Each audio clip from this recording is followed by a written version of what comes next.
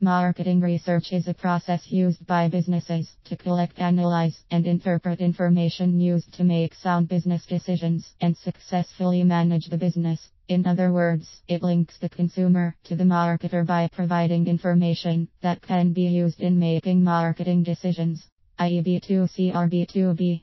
This cannot be implemented without the use of a marketing research system to gather, sort, analyze, evaluate, and distribute needed timely and accurate information to marketing decision makers. Here are the steps to implementing a marketing research process. 1. Ask yourself if there is a real need for marketing research. It's not only the first step to take, but a very critical one as well. Research takes a lot of time due to the overload of secondary information available on the internet. It's ideal to think that it takes months or even a year to completely finalize a marketing research agenda. The other factor you will need to consider is the cost of doing it, especially if you hire an agency to do it for you. What you want to compare is the value of the information versus the cost of the information. If the value of the information is worth the cost and time of doing it, then by all means, go for it, buddy. If you're still unsure, here's a few quick guides to go by to determine that marketing research is not needed. A. The information is already available. B. The timing is wrong to conduct marketing research. C. Funds are not available for marketing research. D. Costs outweigh the value of marketing research. 2. Define the problem.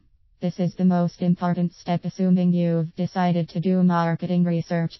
If the problem is incorrectly defined, all else will become wasted effort. Keep in mind that the need to make a decision requires decision alternatives. If there are no alternatives, no decision is necessary. For example, let's say your sales are down by 30%, therefore becoming a problem with your revenues. Your alternatives may be to see how well ads £2 does compare to ads £1 in terms of sales. Use secondary data sources to develop ideas further into the research. Here's a powerful technique to use in order to pinpoint important problems and receive information all in one. Create a focus group. Here's why.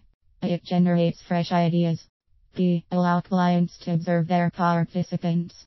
C. Understand a wide variety of issues.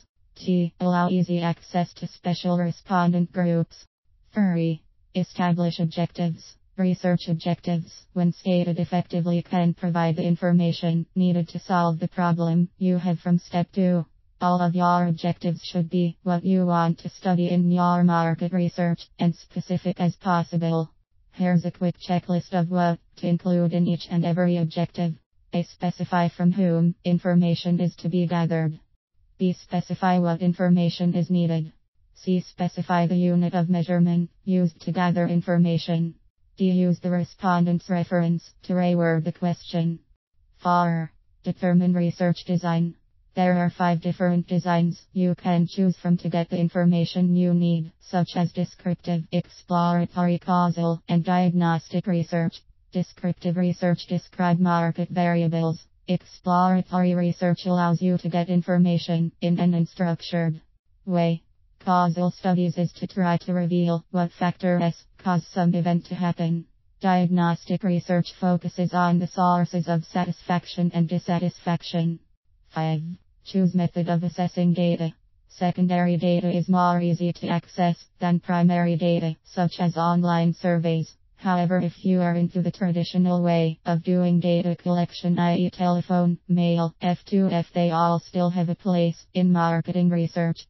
The questionnaire that you present to the respondents must be worded clearly and in BS. Here's a few pointers you want to remember when creating the forms for your questionnaire.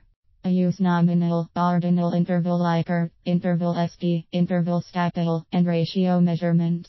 B. Questions pertaining to each research objective. Step 3. C. Questions pertaining to attribute, attitude, or behavior. D. Have one open-ended question. I would definitely keep this at a minimum if I were you. 6. Determine sample plan and size. Your sample plan should describe how each sample element is to be drawn from the total population. The sample size tells how many elements of the population should be included in the sample. In other words, the purpose of the sample plan is to give you representativeness, while the sample size gives you accuracy.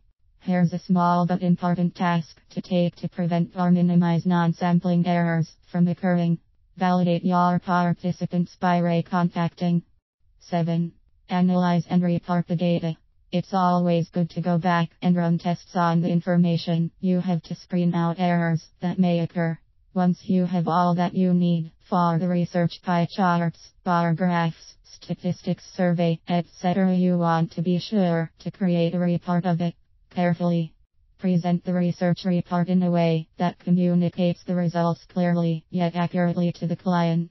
Remember, marketing research is all about connecting the dots. The more information you know about your consumers, the more you bridge together with your consumers. The more closer you bridge together with your consumers, the more miles you create for long-term customer relationships. Go for it.